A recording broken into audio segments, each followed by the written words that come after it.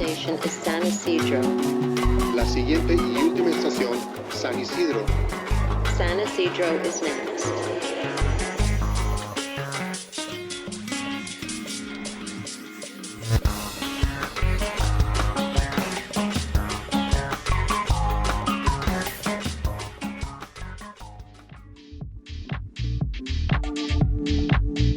At just 1 mile from the U.S. and Mexico border, the front is an active gallery, art, and music venue run by Casa Familiar in the heart of San Isidro. This podcast highlights artists and their practice, musicians and their talents, and above all, people and their stories, all from our beloved border region of San Diego and Tijuana. Stay tuned for more.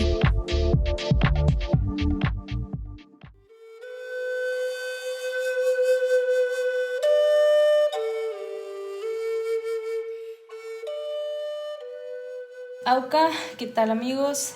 Habla Yinna Aldama, soy de la comunidad Cumiay de la Huerta. Hoy les hablo un poquito sobre ser joven nativa en Baja California. Hoy vamos a estar platicando un poquito con Osmara Arce. Es una joven Cumiay de la comunidad también de donde yo vengo, de la Huerta. Ella fue ganadora de un certamen que es el certamen Senorita Nativa en agosto del 2025 en el marco del evento Nativa, Arte, Culturas Vivas, que es un evento dedicado a los pueblos nativos de Baja California, donde se reúnen una vez al año para promover las culturas, para seguir hablando de dónde somos, quiénes somos, y para que más gente pueda conocer acerca de todo esto, ¿no? Hola Osmara, ¿cómo estás? Muy bien, ¿y tú? ¿Cómo estás? Muy bien. Bueno, primero te quiero agradecer el espacio y quisiera hablar un poquito sobre cómo ha sido tu experiencia siendo Señorita Nativa 2025 y ahora pues entregas la corona en 2026. Yo sé, pues te conozco desde niña y quisiera preguntarte un poquito de cómo ha sido tu experiencia o desde chiquita, como qué cosas recuerdas que te han acercado a la cultura de nosotros, pues. Pues desde muy chiquita he estado muy dentro en esto de ser comida y todo, y pues mis recuerdos siempre han sido con mi hermano, pues con mi familia, de salir afuera, recolectar qué es ¿cómo se dice? El quiote. También me tocó lo de hacer la falda con güero, andar con mi hermano pues, en la comunidad, falda de corteza, con las artesanías, con mi tía Prieta, que nos enseñan a hacer canastas, todo eso, de pino. Recuerdo un videito muy chiquito donde sale mi tío Teófilo, tu abuelito, y mi nana Teodora, y tú estás bailando, Uri. Estás bien chiquitita, sí. Estás súper chiquitita. Y ahorita pues tienes 19 años ya, ¿no? 19. Entonces es como, híjole, qué rápido. La otra pregunta sería, ¿qué significa para ti ser parte de una comunidad indígena? Pues para mí es un orgullo ser Kumeyaay, tener sangre Kumeyaay, y más que nada pues un orgullo. ¿Sí estás de acuerdo, por ejemplo, que ser parte de una comunidad indígena es algo como bien diferente también, ¿no? No sé si a ti te ha tocado como este choque, o tal vez a lo mejor ya te tocó una etapa donde hay más como conocimiento de la gente. Aún así hay desconocimiento, pero por ejemplo ya más personas aceptan más como de dónde venimos, quiénes somos. Y luego tú, por ejemplo, en la escuela, que has tenido también muchas experiencias culturales en la escuela, te saliste a la secundaria, por ejemplo, en Ensenada. Como también, o sea, el ser indígena te ha, más bien, ¿cómo lo has, no llevado, sino cómo lo has demostrado con la gente, o si ha habido como experiencia donde ellos sepan de esta experiencia o así? Pues desde que yo salí de la comunidad, que entré a la secundaria, para mí nunca fue un problema, ¿no? Porque siempre he estado rodeada con muy buenas personas, y siempre me he sentado con ellos y es algo que sale de contarles, ¿no? Yo vengo de esta comunidad, soy kumiai, y les cuento tal vez un poco más o menos de lo que hacemos y eso, y pues ellos también, ¿cómo se le dice? Aceptan. Ajá, aceptan. Sí, es muy bonito. Sí, nosotros también como ya nos contamos como jóvenes, pero ya vamos más para allá que para acá, de que trabajamos mucho como para que pues otros jóvenes también tengan estas oportunidades que nosotros no tuvimos en su momento, ¿no? A lo mejor a nosotros no, pero nuestros papás tuvieron como otras experiencias y todo eso es bueno que ha ido cambiando y las generaciones también ya la inclusión es más importante, ¿no? Y ahorita es también muy bonito, le digo a tu hermano Gil, que cada vez que vamos a Nativa ya vemos mucha más juventud inmersa en la cultura, con las vestimentas o haciendo artesanías o jugando piá, o sea, conviviendo, ¿no?, en el tema cultural. Y otra de las preguntas que quisiera poner sobre la mesa es para ti. Yo sé que ya lo mencionaste, pero también es como, ¿cuál es el significado de ser kumiai? Por ejemplo, a ti, yo entiendo que venimos de una comunidad de eso, pero tenemos como un peso histórico. O sea, si ahorita estás todavía aprendiendo muchas cosas, pero por ejemplo, nosotros somos uno de los 5 grupos o de los grupos que estamos en más riesgo de pérdida de desaparición en México. Y a veces creo que nosotros como que vemos normal, ¿no? El ser como quienes somos, la identidad la tenemos muy fuerte, pero también la otra generación que ya se está yendo porque hemos visto mucha pérdida, ¿no?, en nuestra comunidad cada vez. El cómo podemos contribuir en eso y también el cómo tomamos la responsabilidad de ser kumiai, pues, ¿no? Es muy bonito tomar esa parte de la identidad, pero también el peso de la responsabilidad. Y ahorita que tienes como esta, pues es la dicha de ser señorita nativa, también a lo mejor el representar es muy padre, pero no sé, yo me voy como más a lo profundo, ¿no?, del ser kumiai. ¿Qué sientes, por ejemplo, las experiencias espirituales que hay, o al cantar, al danzar, o al tener ceremonias, o al llevar a cabo como ayudar a nuestra gente, ¿no? Como estas cosas que no tienen tanto que ver con la cultura, sino como en lo privado con nuestra gente. Yo lo que dices, como el sentir, cada que yo escucho así que van los cantos y eso, siento una vibración, que todo el tiempo eso me pasa. En cuanto al primer canto y eso me llena todo aquí. Y como te digo, una fuerza, ajá, impresionante. es muy bonito. Y pues, ¿qué te diré? No sé qué decirte. Orgullo. Orgullo más que sí, nada. orgullo. Es que a veces a mí me gusta mucho profundizar porque somos, a lo mejor ahorita no nos sentamos tanto en eso, pero somos la generación, o estamos siendo como esta generación joven, que necesitamos aprovechar el tiempo para reunir como que no en solo información, sino que como que todo lo posible para que no se pierda. O sea, ahorita a lo mejor estás en un punto medio, ¿no?, de la juventud y todo, pero los años van pasando y llega un punto donde ya nos va a tocar a nosotros ser, ¿no? Una vez me dijo eso Gil también, un día nos va a tocar a nosotros. Entonces también como que pensar en qué vamos a hacer, y ahorita tu camino va abriéndose poco a poquito. Pero siento que es importante como que a veces preguntarnos de un poquito más de qué va a pasar en unos años, ¿no? Bueno, otra pregunta que me gustaría hacerte es, ¿quiénes han sido para ti las personas que han marcado tu vida en la cultura y de qué forma te han ayudado a promover y preocuparte por la cultura, ¿no? Me imagino que así como todos nosotros tenemos como alguien a quien seguir o que pensamos que nos da mucho orgullo, ¿no? Por ejemplo, hay gente que ya falleció, hay gente que ahorita sigue viva y que son personas como como líderes o muy importantes que uno dice, híjole, pues yo quiero ser como ella o como él y quiero seguir o me siento bien en haberla conocido. A mí me pasó mucho con mi abuela, por ejemplo, ¿no? Con mi nana. Yo siento que sin ella yo no supiera ni sería nada, ¿no? Y agradezco mucho esa parte. Luego también en la vida va uno conociendo a más gente, pero en tu caso, ¿quiénes son? No nomás una persona, me imagino que han sido varios. Sí, han sido varios.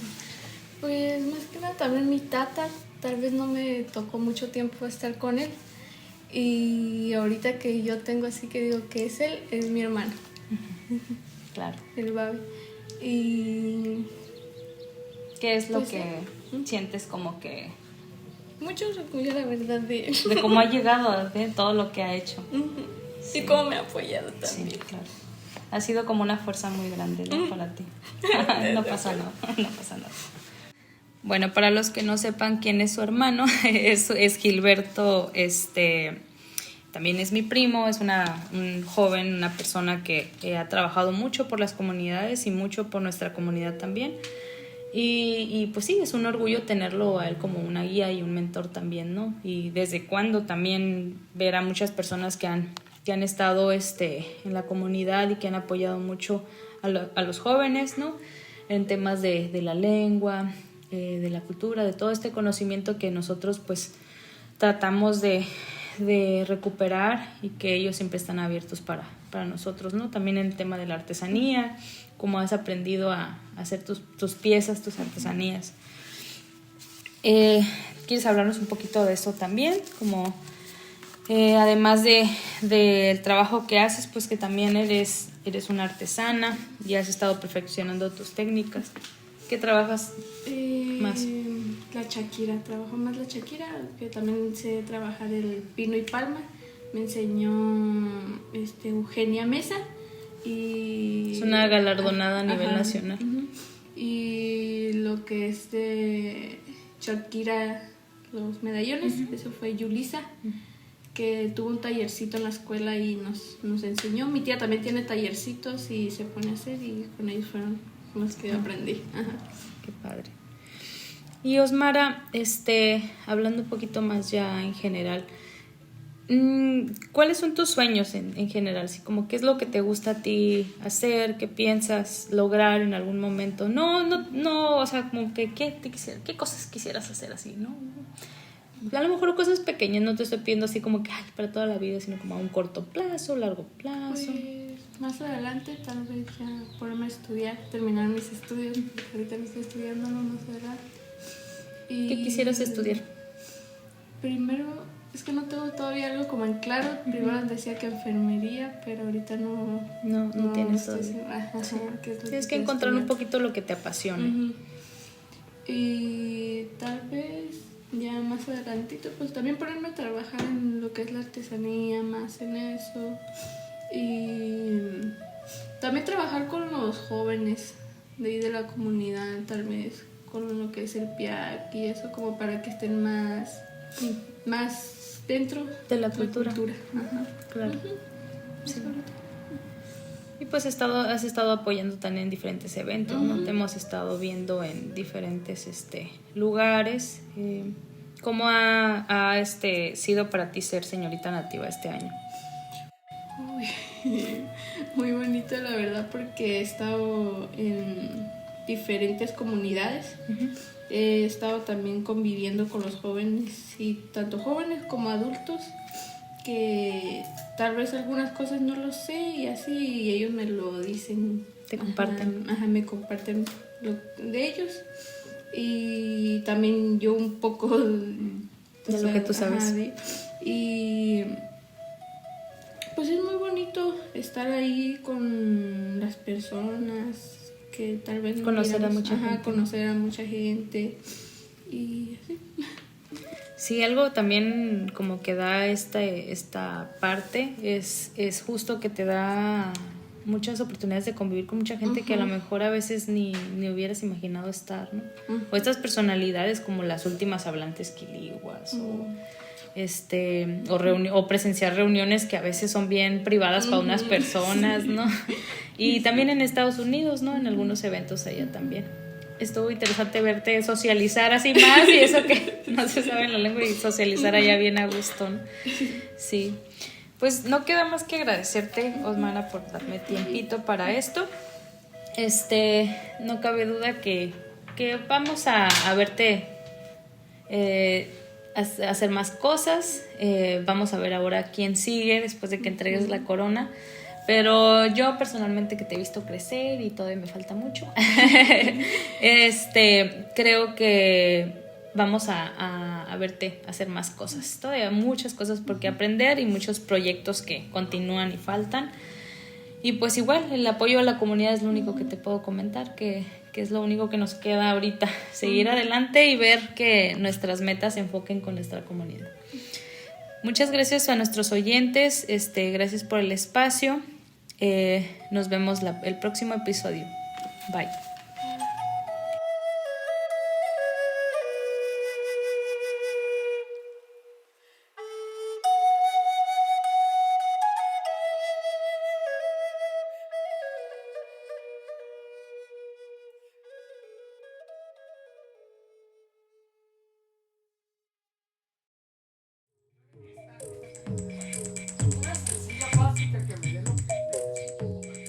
You're listening to the Front's music segment.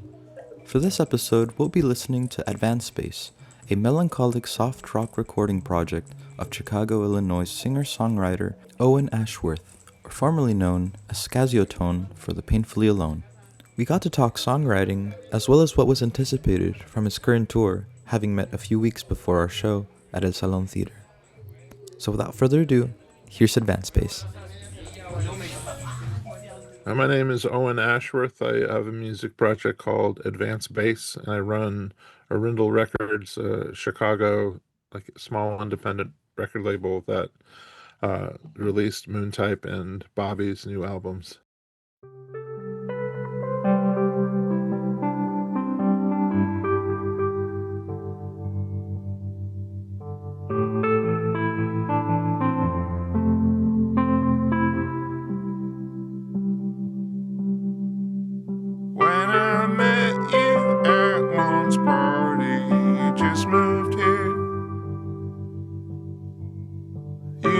Some of my friends from Tulsa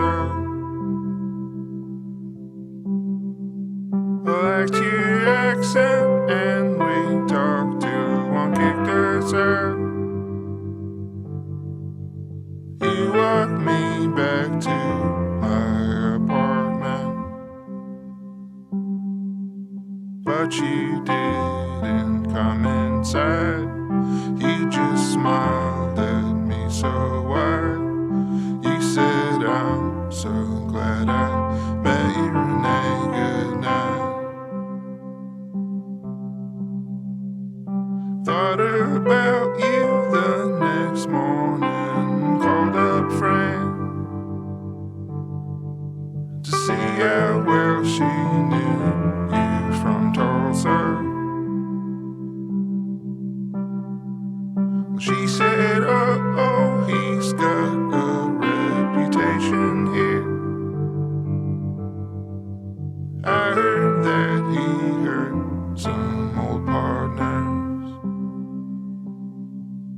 Is that why you had to move? Are the Tulsa rumors true?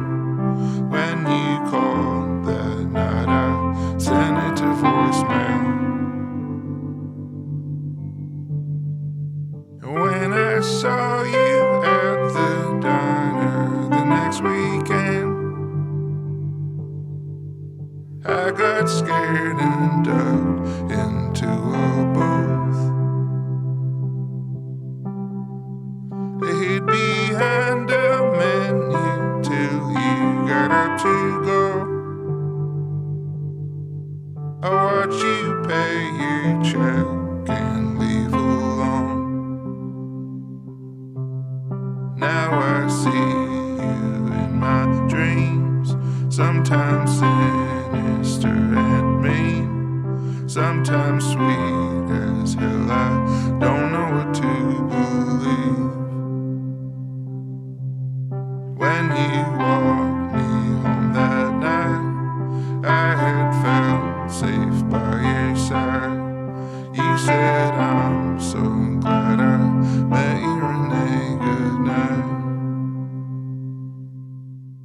Goodnight Irene was kind of the foundation for Renee Goodnight, but there are a couple of lines, and that song talks about dreams, and there's a lot of kind of dread in that song.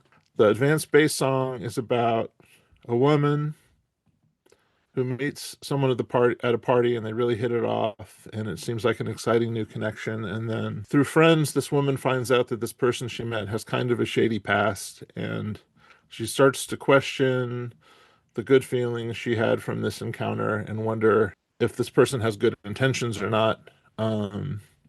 Which, is a sentiment that I've heard expressed by a number of friends, especially women, who have excitement, but also some apprehension and trepidation, and being vulnerable around new men. If you're a woman who's romantically interested in men, so that ended up kind of being the story of the song, is kind of exploring how complicated the feelings are about being a woman. Most of my writing is I'm trying to have a better understanding of other people's points of view. So that was kind of the intention with that song. It's just an exercise in empathy, trying to understand how particular friends of mine had been feeling when they described this kind of situation, or, yeah. We're really excited to have you perform at our theater, considering it's your first time performing down here in San Isidro. Is there something you're looking forward to, considering it's a new crowd, a new environment for you? I am really excited that it's a free show, and I think that is welcoming to people, and I think I expect it'll be a slightly different audience, and I think that the economics of touring are difficult, and bands need to be able to make some money for it to be sustainable and to get to the next town. So we got to sell tickets so we can afford to keep doing it, and it means so much when people will pay those tickets to come to the show. And I know there are always in every city people who, for whatever reason, they just can't afford to pay to see a show. And to offer a free show feels really special. I think it's just going to invite people to take a chance on something that maybe they wouldn't come see otherwise. And I love the feeling of playing in front of a new audience and getting to kind of introduce people to the music. But just to be in California is pretty special for me. I grew up in the San Francisco Bay Area, and the earliest tours I did in the late 90s were, up and down the 5, going down to San Diego or up to Seattle, Vancouver. So there's a lot of, old friends and a lot of good memories from my youth I get to revisit whenever I'm on the West Coast. There's always a special and kind of a heavy feeling coming from the West Coast just because I have such a long history there. The tour I'm doing next in February before I come to the West Coast is in the South, through Tennessee and the Carolinas. And I just don't have as much history there. So when I go, it's kind of more exploratory, and I feel like I'm still kind of checking out some of these cities and getting to know them, whereas my short time in California is often invested in, catching up with people who are important to me from, my younger days, and kind of reliving old memories. So it can be a really heavy and kind of a loaded time being out on the West Coast, but it feels really important and really very soulful coming to California for me. Can you tell us a little bit about Bobby and Moontype? Oh yeah, Moontype are from Chicago as well.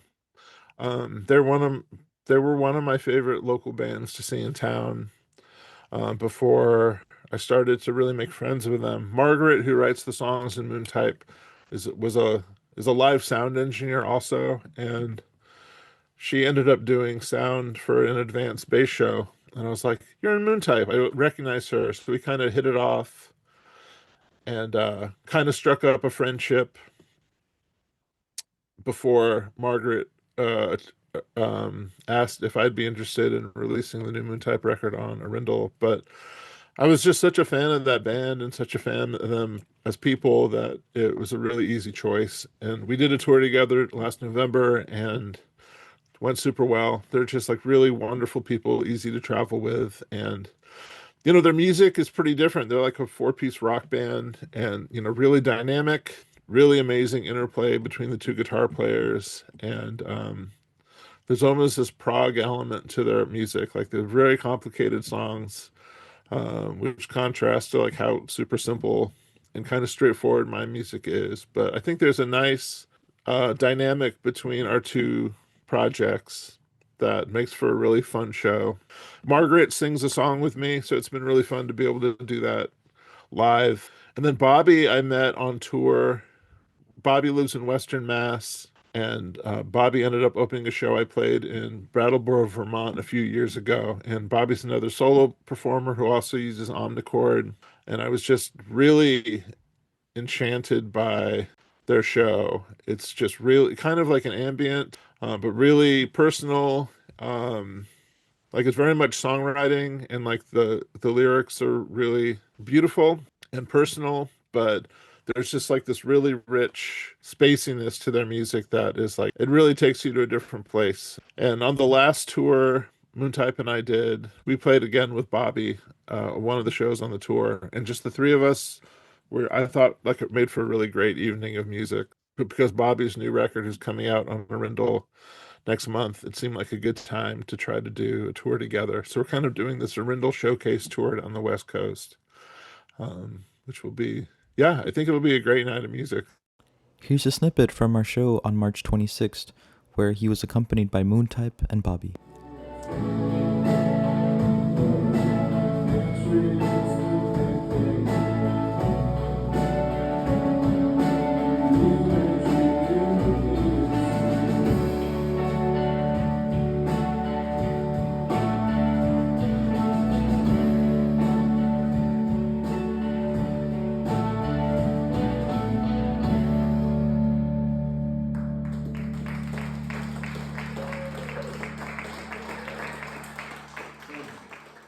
A lot of my songs have this, I don't know, I have a lot of songs about missing people and about kind of mystery and unanswered questions. And Little Sable Point Lighthouse is a missing person song. It's kind of like it's about a guy named CJ who appears in some of other songs on the album, and no one knows what happened to him. And it's kind of a little bit of a supernatural, spooky kind of song. But just like those open-ended mysteries and unanswered questions, I find really compelling. And yeah, this song has a little more arrangement. There's like drum machines and different layers of synthesizers and stuff, so it's like kind of a dreamy sounding song.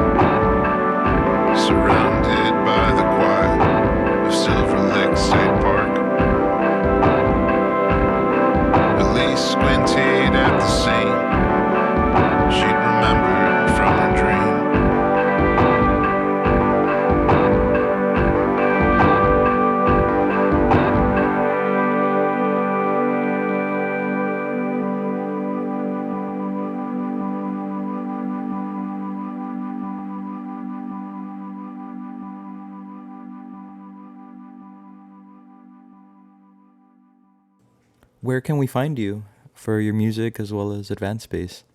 Well, Orindal is the easiest place to find Advanced Bass, Moontype, and Bobby, and information about the tour. The name of the label, it's named after a town in the East Bay called Orinda. It's Orindal. I just put an L at the end to mean of Orinda. So Orindal.com is the record label. My music is called Advanced Bass. There's, a Bandcamp page, and advancedbassmusic.com is the website that has, well, you'll find everything you need to know about my music. And that concludes our interview. Thank you so much, Owen, for your time and performing with us. It was really nice to meet you. Right, yeah, me too.